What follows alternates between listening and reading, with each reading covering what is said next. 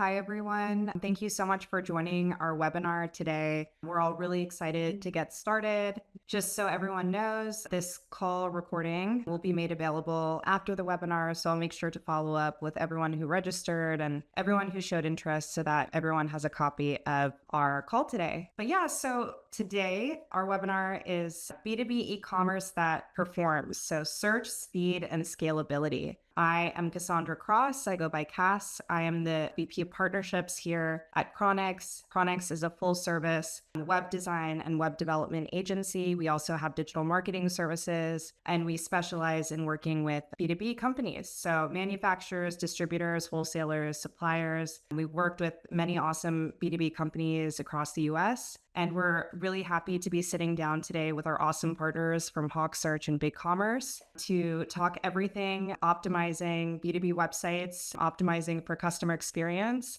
I am sitting down actually with Amandeep Singh, who's the founder and CEO of Cronix, and he has over 15 years of experience as a web developer himself. He's overseen digital transformation projects at many B2B companies, and of course, he is the Chief Digital Architect at Cronix. I also am sitting down with John Murcott, Executive Vice President of Products and Strategy at HawkSearch. John has a rich history in product innovation. He oversees HawkSearch product, focusing on enhancing search and personalization for manufacturers, distributors, and enterprise brands. I'm also sitting down with Patrick Williams, Manager of Global Partner Solutions Engineering at BigCommerce. Patrick leads a team that supports agency partners in leveraging BigCommerce's B2B e-commerce technology. He's deeply involved in integrating AI-driven features such as Big AI Copywriter and Google's Recommendations AI to enhance e-commerce experiences. So thank you all so much for sitting down with me today. I would love to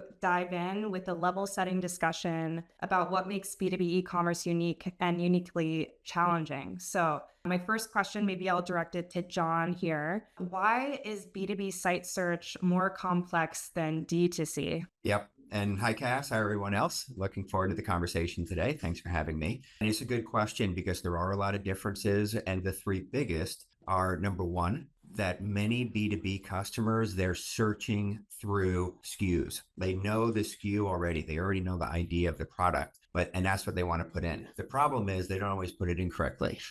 And issues like dashes instead of slashes or spaces or things like that can screw up the search results. So we have functionality that will always find that correct SKU, even if you enter it slightly differently. There's a technical term called a regular expression. So it's just a very flexible way to find that product. The second thing that's particular to B2B companies is what we refer to as entitlements. Not every customer has access to the same products, so that should definitely impact search, and or the pricing isn't always the same. There's pricing groups or tiers, et cetera, information that's stored and managed through BigCommerce, but needs to be reflected in the search experience. And then the final thing is around AI. In some cases, the SKU may be worn off, or someone doesn't know what it's called, but they want to be able to take a picture of that product and find the result. So we use AI, we call it visual search, in order to find that result. There are others, but those are the three main ones. Well, those are all really powerful features and so important for B2B product catalogs, which are oftentimes way more complex. So my second question, let's maybe direct this one to Amandeep. What's the role of speed and performance in successful B2B e-commerce implementations? I'll answer, put that in two different perspectives, actually. One is the website performance, another is the like a search performance kind of thing. So I remember a client, just a few months ago when we were working on a particular project and we were implementing the search functionality over there, and then they have a quick search results there's just like a 1 or 2 seconds lag. And it was a big concern for the client because they had around 200K products, and similar kind of performance issue we came across one of the top uniform companies in the US. So they had around 1.5 million SKUs, and the issues they were facing, like for example, specific to filtration and generating the catalog, And that was affecting especially their high peak time. For example, during the summer school time, it was like they were making like millions of dollars per day. And the speed becomes like a very major aspect to that revenue generation as well as the customer experience. So this is a big aspect, no matter whether it's basically your quick search results, your filters. You want to make sure that it is actually interactive very quickly, as well as the results which are rendering pretty nicely. So that's why you want to have any kind of results, or either in the catalog or in the search results page, if they are rendered from the server side rendering, that will be much better. But yeah, of course, there are a lot of other performance enhancement implementation that you can do, preloading some of the items so that you can actually get benefit of the performance and speed over there. So yeah, definitely a lot of big impact. Either it's the search, but also in terms of the speed, and like for example the search performance in terms of getting the results over there. Even similarly, we were working on a project called Shamfer, and they have around 100 plus vendors. And when you have this much size of vendors, what happens is that they also had a pretty big catalog as well. So now people cannot browse the catalog just by going to manually to those categories. They are going to use the filter. They're going to use the search pretty often, especially with the B2B. So rendering those results is becomes pretty critical. But overall, everyone, I think whoever is in the e-commerce industry knows that the speed does overall site speed. I'm not just talking about the search site speed at the moment. Overall site speed does impact the conversions quite a bit, the user experience. So no one likes to wait these days.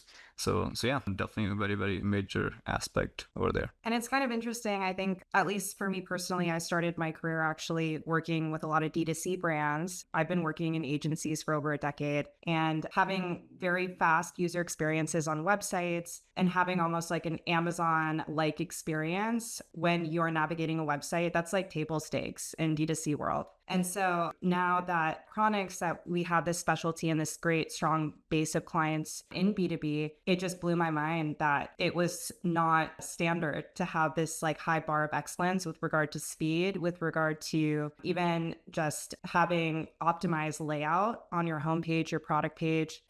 John touched on this at the beginning. There's very specific reasons for that. There is higher technical complexity with B2B companies and B2B products, but I think, it's worth mentioning. Hopefully it's not too oversaid, but there is a generational shift happening with B2B buying power. So according to Deloitte, millennials make up 75% the global workforce. Gen Z, 24% of B2B buyers are Gen Z, and Gen Z is considered born 1997 to 2012, especially in research roles, which I thought was really interesting. And millennials are now the largest segment of B2B buyers. So millennials are ages 27 to 44. So 60% of B2B tech buyers are millennials. And I think it is really important to consider this, because I know the decision for investing in improving your user experience and modernizing is a very difficult decision, because there can be some disruption to that and can be some heavy cost. But I think it's really important still to make this investment, because it is, I think, critical to future-proofing, for making sure that your business is successful in the future, for sure. So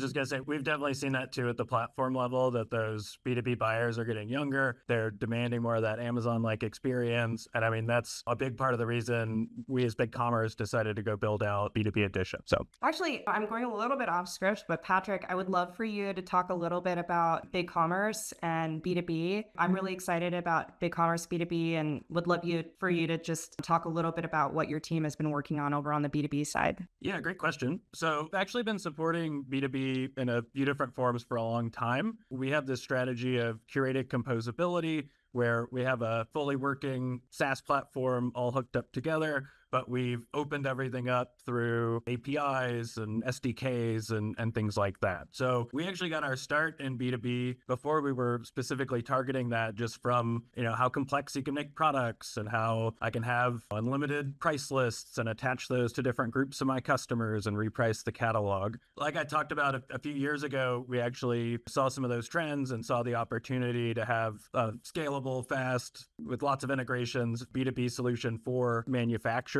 So more recently, we've released B2B Edition. That includes all those other features, all the product complexity, the large catalogs, the differentiated pricing. But B2B Edition adds things like CPQ functionality invoice payment and management, and that can work with or without your ERP, if depending on kind of where you are in that technical journey. Really advanced sales rep masquerading, right? So a big thing we know about B2B is just kind of throw the switch and move everything digital, right? You need to kind of integrate the offline and online worlds together. So that's kind of broadly what we've been working on, is B2B edition, and just offering something that is fast, that is scalable, that does support B2B brands at those different levels of their journey. And then what's kind of newest is our release of B2B edition into our newest composable offering, which we call Catalyst. So basically 2-second elevator pitch. Headless or composable is kind of that idea of decoupling your front end from your back end, the front end of your website from the back end e-commerce piece.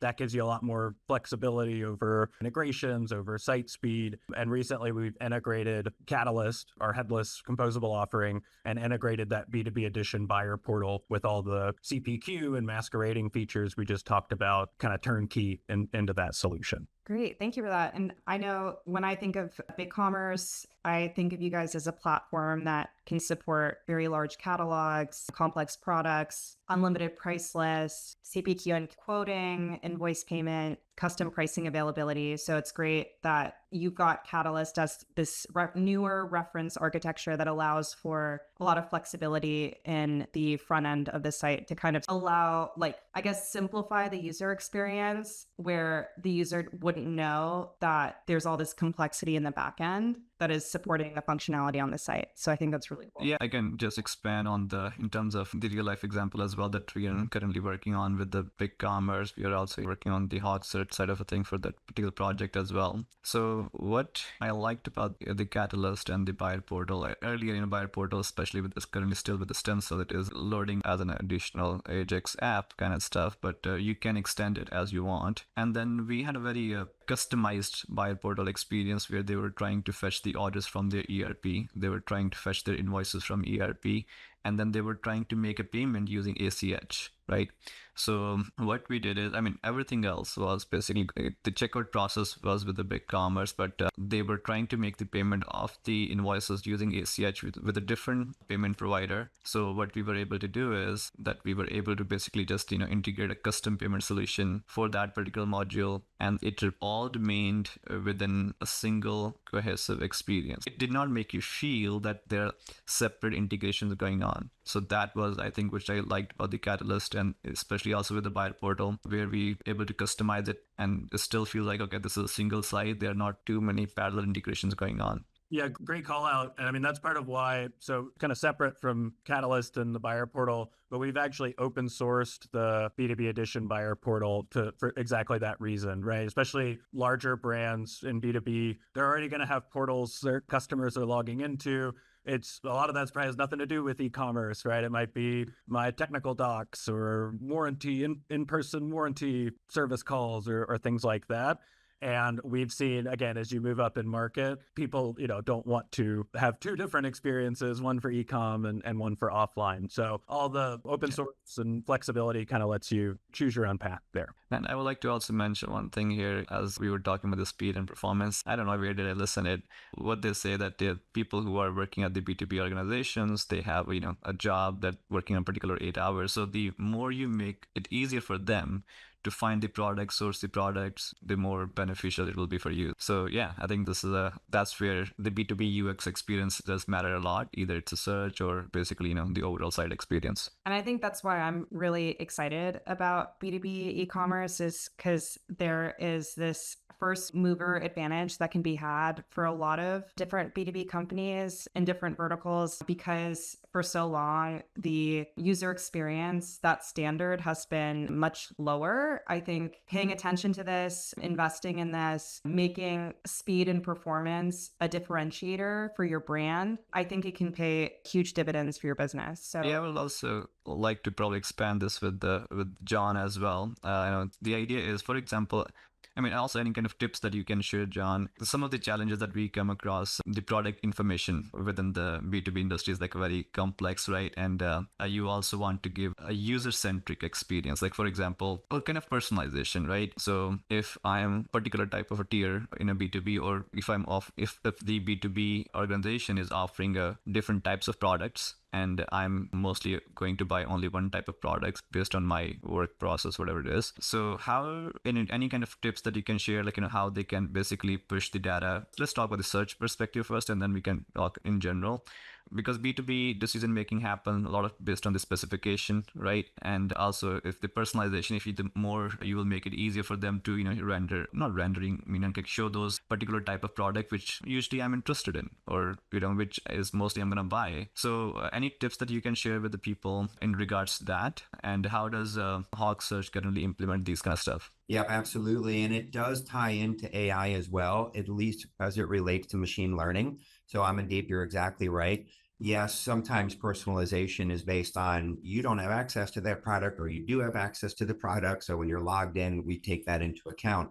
But in other cases, as you were saying, in many B2B scenarios, you're repurchasing the same information many times. So even though you may be using a more generic keyword, it would be appropriate to boost or increase the move up the search results for the products you've purchased before. So one aspect of search is not only, of course, returning those results, but also looking at what is the person clicking on. So now when I have that information, I know who the person is because they're logged in. I know what they searched for, and I know what they clicked on. Now, the next time they come in, I can more easily find that product the next time I search. Now, that's just personalized to this individual. You could also target recommendations based on this, not per se on what you did, but other people who followed similar paths. So they also, for example, searched and clicked on something like that, and or they added it to their shopping cart, and or they purchased it. So the recommendations can be based on people who do things similar to you to target those search results. We call that the AI multiplier.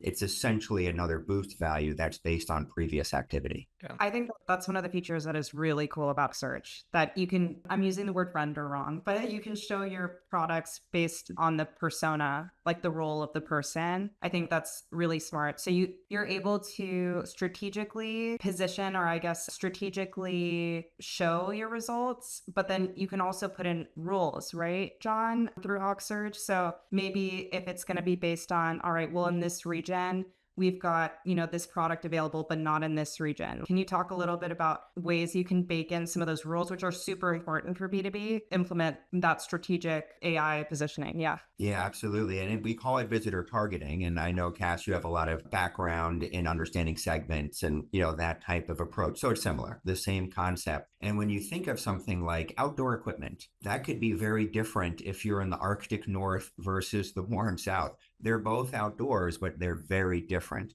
So what you can do as a merchandiser, meaning the person who's configuring the Hawk Search results, you can say, if the person is coming from this area, the north, let's say, then target these products when they search for these types of categories of products. So you could have very different results, even though the person is searching for the exact same item, but it would be targeted to their region, for example, or it could be based on any type of segment. But the idea is you could apply that on top of the search results. Very cool. And John, his response gave us a really good segue into the AI question, my favorite.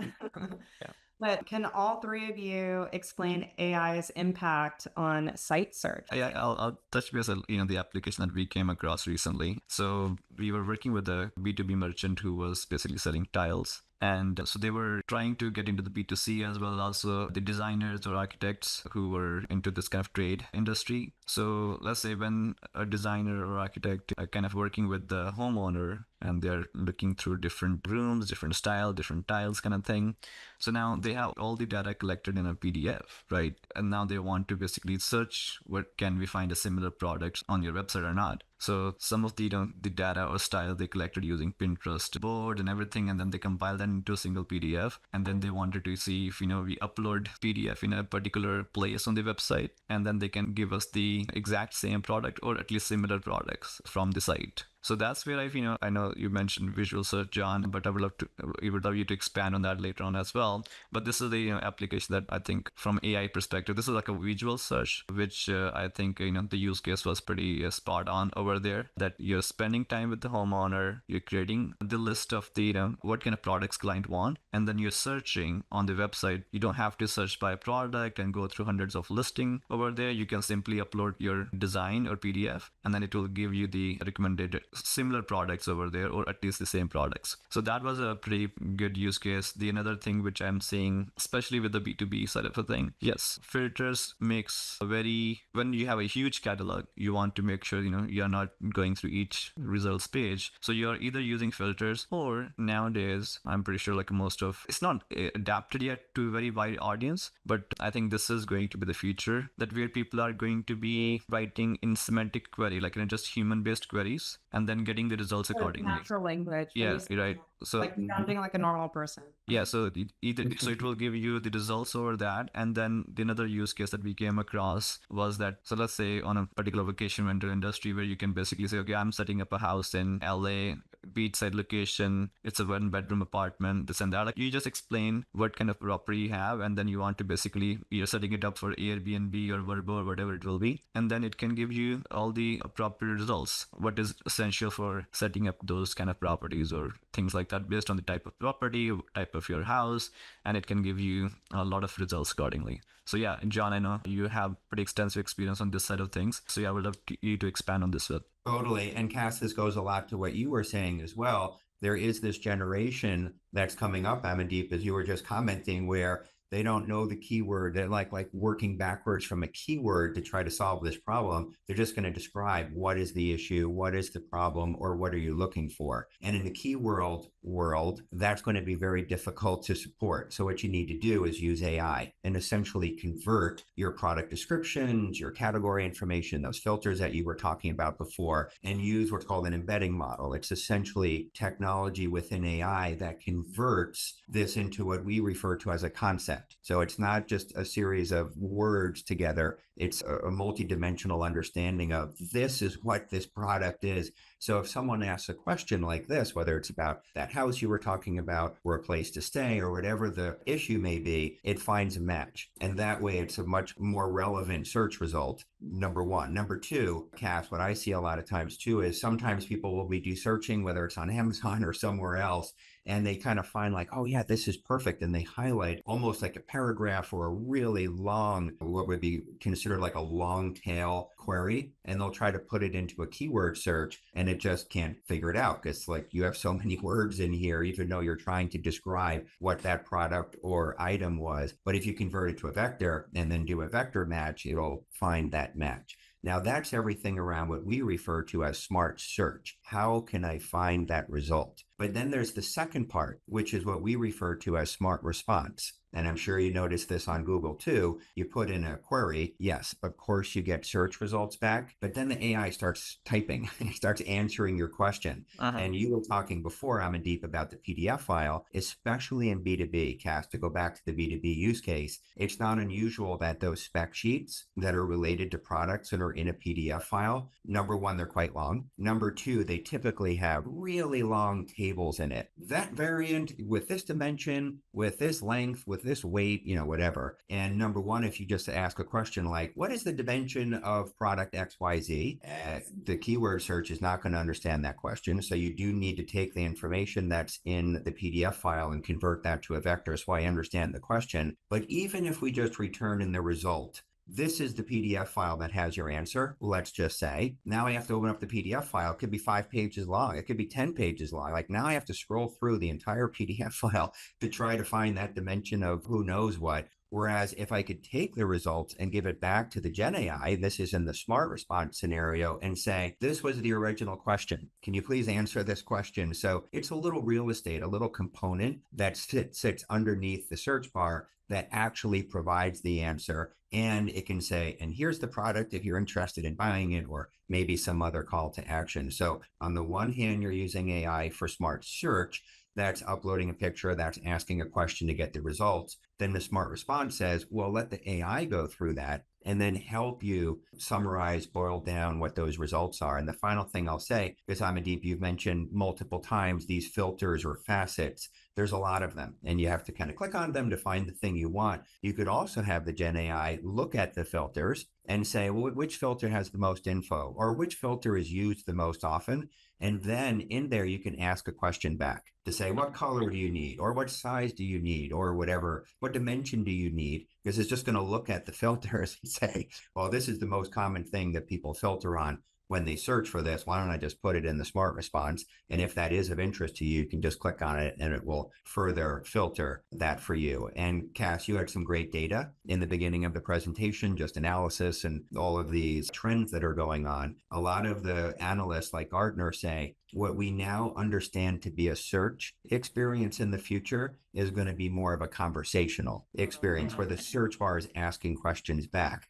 And how does it know what to ask? It's probably going to look at the filters and say, like, these are common things that people filter on. So I'm going to ask it like a question and help guide that process to hopefully a purchase. Great. Yeah, this is a really interesting way that search is evolving and user experience. So I'm super excited about it. Patrick, I saw that you're reacting a little bit to what John was saying. Do you want to add to this? Yeah, sure. I mean, totally agree with everything that was said. I think, the big difference is intent, right? Like, I think you mentioned NLP earlier. Like, NLP was hard, right? Google spent 10 years and millions of dollars trying to figure out, how do I semantically parse out queries? Wait, what's NLP? Sorry. The natural language processing. Okay. How we used to parse out natural language before we could just ask a magic LLM to tell me what the person's intent was. So now all that's just so much easier, and I think it kind of unlocks all these different abilities. I think too, we're going to, maybe like the newer gens coming in are automatically searching that way. I know even for me, it's been like a relearning curve that's how we all wanted to search 10, 15 years ago, and you wouldn't get very good results. So kind of unlearning that and going back to that conversational style and like helping your users make that transition, I think is important. And then the last thing that's kind of adjacent to what we're talking about is, I can't remember the new term, but it's like related to SEO. Generative Engine Optimization. Yes. What's the acronym? Remind me? GEO. GEO, correct. Yeah. So I'm not just getting search result pages that Google uses its secret algorithm on, and it actually has the AI mode where it's going to talk back and forth with me from a Google search and recommend products and talk about product dimensions. Like, how do I structure my data and my site to still appeal to SEO and kind of this new external AI world? So I'm really happy you brought up GEO. Generative Engine Optimization is the term, and it's basically SEO for generative agents. So optimizing your product data, your website, so that that information on your website is easily ingested by a generative agent, like from a ChatGPT or a Gemini. So I think that this is a good way to kind of bring up the importance of structuring your data, your product data on your website cleanly. And I think this could be a good place to talk about how BigCommerce is so strong with supporting a large and complex product catalog, because especially with the rise of ChatGPT and the way that customers are evolving in the way that they're searching for products, it's really, really important to be able to support specificity, like having all your attributes be readily available to these agents. Amandeep, can you talk a little bit about that? We've talked a ton about this, how this is so important. But definitely, I think, especially with the B2B, I think a lot of people sometimes they are using PIM solutions, right? So what I see is that, nowadays the data that you want should not be just, human readable, but also should be machine readable. So the better way you structured your data, it is going to basically impact or benefit actually positively not only your existing internal site search, but also the LLM models as well, like how the Perplexity, ChatGPT or Microsoft Copilot, things like that, they will be indexing your data or showing the search results as well. Perplexity has launched a merchant program that you can sign up, and similarly ChatGPT, OpenAI, I'll post those links either in our I don't know where to post it here, but I'll also share those links in the email or in our in the landing page after the recording. But where you can actually sign up for the merchant programs with the Perplexity, with the ChatGPT, OpenAI, and also the Microsoft Copilot. So the better structured data you will send to these models or agents, the better results they're gonna render on the website or render on their search results. And in similar results, like for example, let's say we're using Hawk Search. So now you have the data stored. It's up to you how you want to feed the data. Let's say you're storing the data in a custom fields, in a description, in the meta fields. You want to make sure that this data is then being fed in these internal search engines, so that either it's getting used in the filters or basically in a semantical queries as well. So yeah, it's definitely very critical. Make sure that your data is whatever information that you have, to help with the decision making. That will actually pretty good. So sometimes also we are doing a cross references as well. So let's say you are, just an example is, let's say you're buying this particular product, you have this particular product A in your cart, but now you know that people have to buy the product B in order to finish a job. Just an example of different trades and different B2B customer. If there's a contractor who is buying a product A, but you want to then show some kind of recommendation in a cart or in a PDP, it's up to you to have those kind of relationship. First of all, that okay, if someone is buying a product A, most likely they will need product B in order to finish a particular type of a job. And now how will you recognize that what kind of a job that person does? It's a B2B customer. You will probably have that kind of data already in your customer profile or somewhere.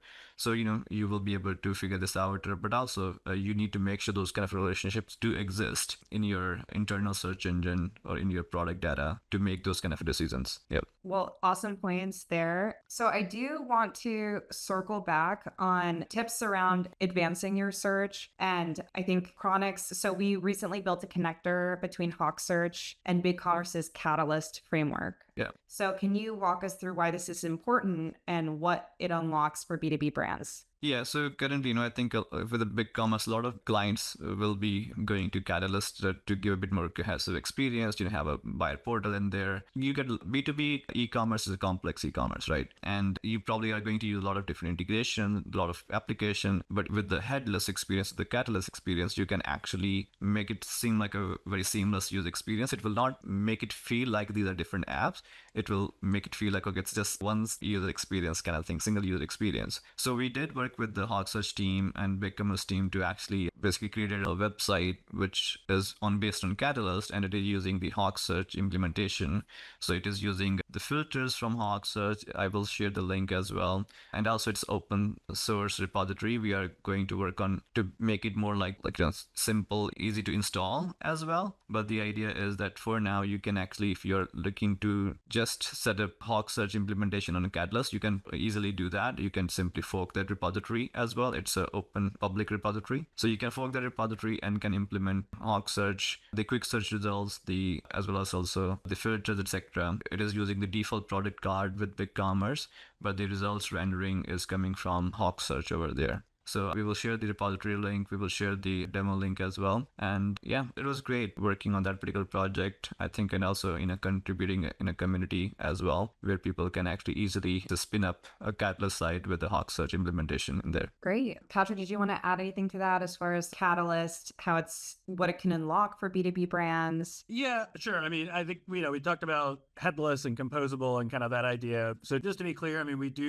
Amandeep mentioned Stencil earlier. That's our native front end. We all, Hawk Search, BigCommerce, Cronix, all work together on that platform as well and have for a long time. So this new thing is kind of the ability to turnkey integrate all of that now in Catalyst. We're still supporting both of those storefront platforms going forward. That may change towards the end of the year. We may make it easier for us to host Catalyst for you. That's one of the big, extra responsibilities that happens when you go headless or composable is from a SaaS platform perspective, we're no longer hosting the front end application for you. By the end of the year, we're trying to make that optional so we can, or if you want to host it, you can take it and host it somewhere else. So I just wanted to make that point that, we do still support, you don't have to go headless to use Hawk Search and BigCommerce together. And we have lots of customers for the past several years that have been doing that across both of those storefront platforms. So thank you. And maybe, Cass, if I could just add two things just to what Patrick was saying. there is also, just so people know, a connector with BigCommerce for HawkSearch that pulls the data in. So the first part is like, okay, how do I get the data into the search engine? Then the second thing is, how do I render it on the front end? And maybe to turn it around a little bit and thank Cass and Amandeep and Cronix overall,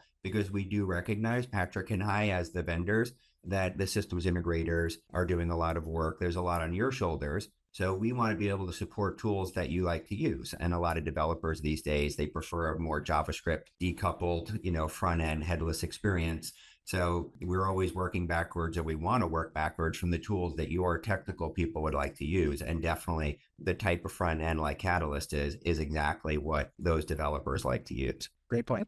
All right. So next question. I talked about this a little bit at the beginning, kind of the reluctance to take on digital transformation initiatives because they're expensive. They can be disruptive, especially in a lot of legacy B2B companies. It's like your sales team has been doing things a certain way for sometimes decades. And so when you're looking at your digital investments, how do you prioritize? So site search, integrations, or speed? How do you prioritize? And also, if anyone from the attendees have any questions that you want us to answer anything, feel free to ask over there as well. So at the risk of sounding biased, which I am, the search part is critical, not just for getting the visitor to the product page, which ultimately will lead to the shopping cart, but also, as I was saying before, it gives you that rich analytics of what people are searching for. So that intent, I know, Patrick, before when you were talking about intent, it was kind of on the AI side, understanding the question itself, but it just gives you intent like, well, what are people searching for on my site? And either we may have a mismatch, they're searching for this and I do have it, but they're using it the wrong way, or they're asking the wrong way. Or maybe we should consider that, or it's interesting, people are searching for this. That's a good indicator to perhaps make changes to the catalog itself. So I am slightly biased, but most of the time, and this includes BigCommerce too, there could be a default. So you get started with something.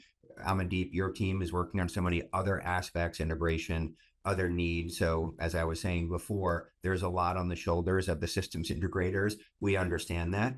But then when you're ready to bring in what we would believe to be a more powerful and flexible search tool, that it's in a way that your developers are already using. They're already writing the front end in Catalyst, or maybe making that migration. Now we could easily pull in the components from HawkSearch. Yeah, I think I agree with this assessment as well. Like, for example, when we are working on some of project initiatives, again, at the end, the answer by default answer is like, it depends upon the type of businesses, what kind of your catalog size is, what kind of operational efficiency. Also it's driven towards, just in giving an example of the project which I was working on in the past. So they were looking to go with the new tech stack, but their main objective was to achieve operational efficiency. Like their whole issue was that, during the peak season, yes, they do get a lot of orders. Yes, you are able to receive the orders now, but you're not able to process the orders. So they were taking like 3 months to just process the orders. So they had reverse logistical issues that they were facing over there. So yeah, at the end, I think it's more about the organization level, like what kind of key goals they want to achieve. But if you're looking for something just starting out, you have a huge catalog size and everything, I think, and it's a new business, right? In that scenario, you definitely want to see, first, prioritize your website experience. I mean, yes, you can figure out your operational efficiency, like back end process,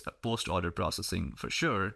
But if you're a new business, you want to make sure the website search experience, the customer experience, that is the first prioritize, will be my first phase of the project. And then you can, work on the operational efficiency as the second phase of the project, depending upon, at what scale are you actually going to launch your business, right? And regarding the integrations, sometimes depending on what kind of budget person have, you don't overwhelm yourself with not everything has to be automated in the first go. You should get, some kind of I would say MVP, but basically it should be usable product, shouldn't be just a minimal product, but yeah, good usable product that you're launching it. Then you take a learning from there and see how the audiences, the customers are actually responding to your website, your web application, whatever you're developing it, and then use those learnings in order to basically create your roadmap accordingly. So, I mean, everyone thinks that they know everything and they're trying to build from scratch. But a lot of times I have seen people actually pivot to different direction because they didn't, like what they had originally had in mind, the audience or the customer base is actually expecting a different way. So yeah, if you're launching a new website, make sure, depending upon the size of the site, catalog size you have, you can prioritize accordingly. But yeah, speed, search are very critical. Currently what we are seeing is a B2B customer who just had a catalog size of 150, but now the thing is they're serving to a medical industry. So the catalog size is 150,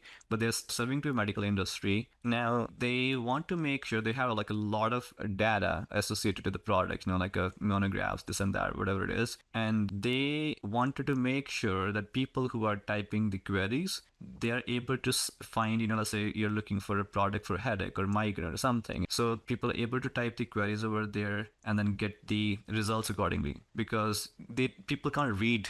Well, no, it's not can't read, but people don't read this much. So what happens is you want your accurate results right away, especially for the B2B, like they were making millions of dollars of sale. And so now the idea is, yes, you have a small catalog, but you have very extensive data that which people can't read now or don't want to read it.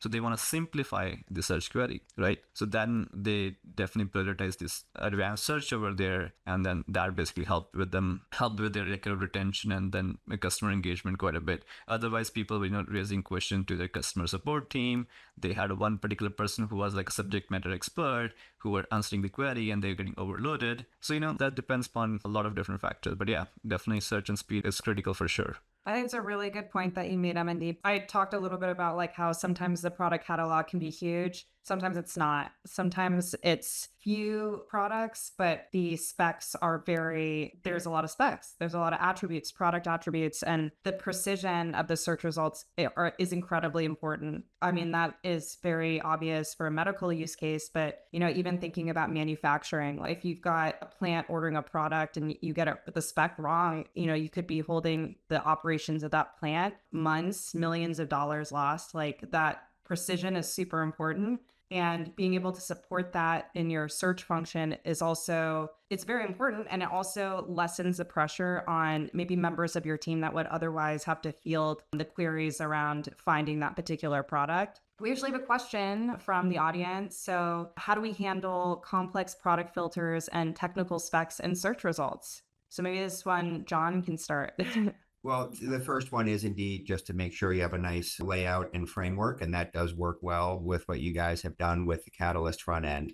But where it really starts to get interesting is still provide all of those options for the filters, but let the AI take a look when those results come back and then suggest a question back. So we were talking a little bit about this before. That is one way that you could let the AI help you determine, like, most people click on this filter when they're doing this type of search. That's kind of the information that HawkSearch captures in its analytics. So at least know, like, what are the top filters that are typically used and let the AI help there. The other aspect too is sometimes you're right, the filter list can be very long. And I know the VP of engineering here at HawkSearch every once in a while will show on some pages like you're scrolling for like 50 pages long because there's so many attributes that are in the catalog.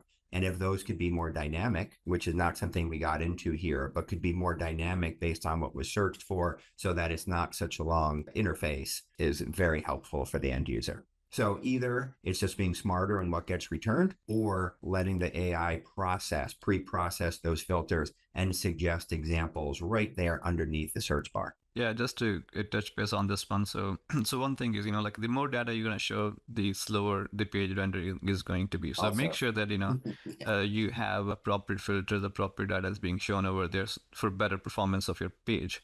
But now, as Jen mentioned, just to give an example here, that we were working on a particular project. So they had let's say product certifications, right?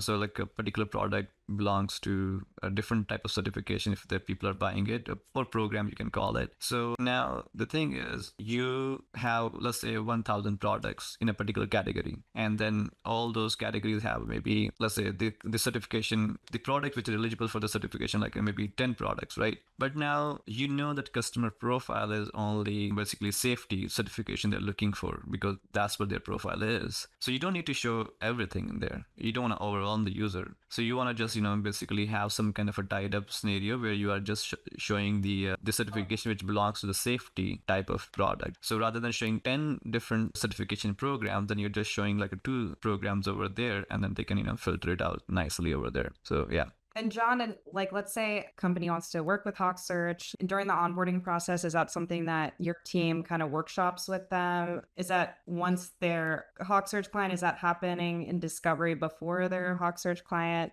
Yeah, it's typically in discovery because it's not unusual that they say, look, our problem is the filters are so expansive that it's just hard to use. So that's when you would want to know upfront, even before the implementation starts. But then even after the implementation starts, maybe the catalog grows over time, or these things do change over time, that you can use the tools that are inside the system to make those lists of filters more dynamic. And then the final thing, as I was just saying, is that real estate under the search bar is so valuable. It's right above the search results. And if you could take the top facets, the top filters that are on the left-hand side, which may be difficult to use just because they're so long, and highlight the top ones and put them right above the search results. They're still there on the side. You could still go up and down and find them, but at least pick out the ones that are most commonly used and put those across the top. Then you have the best of both worlds. I still have the facets and the layout that I had before, but now you're showing me what are the most common things that people click on, and it's right there above the search results. I'm curious, from the BigCommerce things, how to handle lots of product specs, complicated products, insofar as BigCommerce as the platform for your site. Yeah,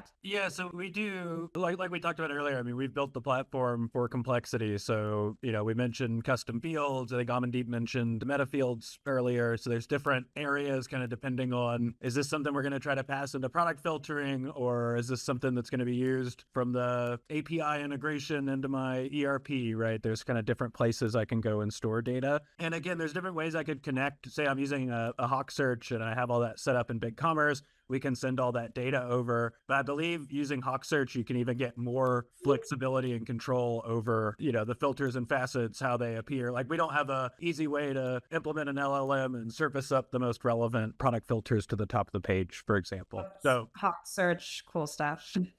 Yeah, with your BigCommerce site. That's why it's a great partnership. 100%, especially for really complex B2B like we're talking about today. Yeah. And that's why we all make sense here.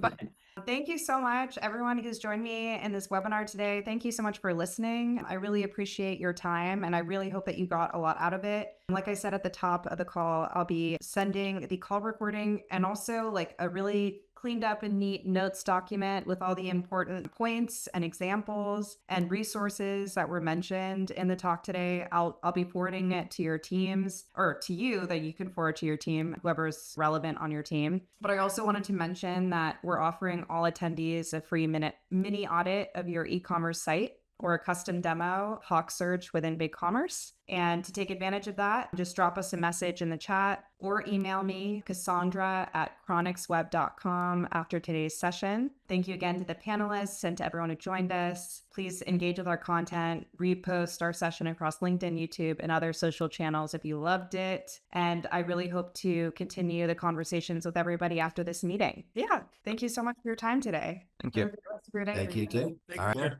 Take care. All right.